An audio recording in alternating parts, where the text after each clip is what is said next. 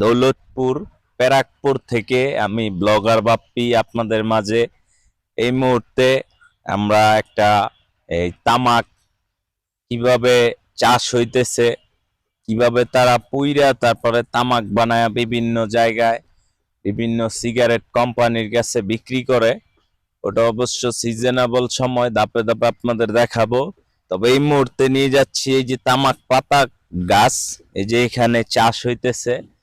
একটু সামনে আসেন ক্যামেরাম্যান, একটু দেখান। এই যে দর্শক, এই যেটা দেখতে পারতেছেন এইটাই সেই তামাক পাতা। এই পাতাটা এখানে আর কতদিন লাগবে আনুমানিক এই পাতাটা বড় হইতে ভাই?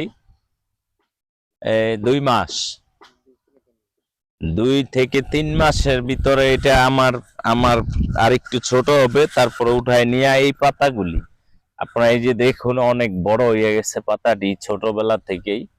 তো এই যে আপনাদেরকে দেখানোর চেষ্টা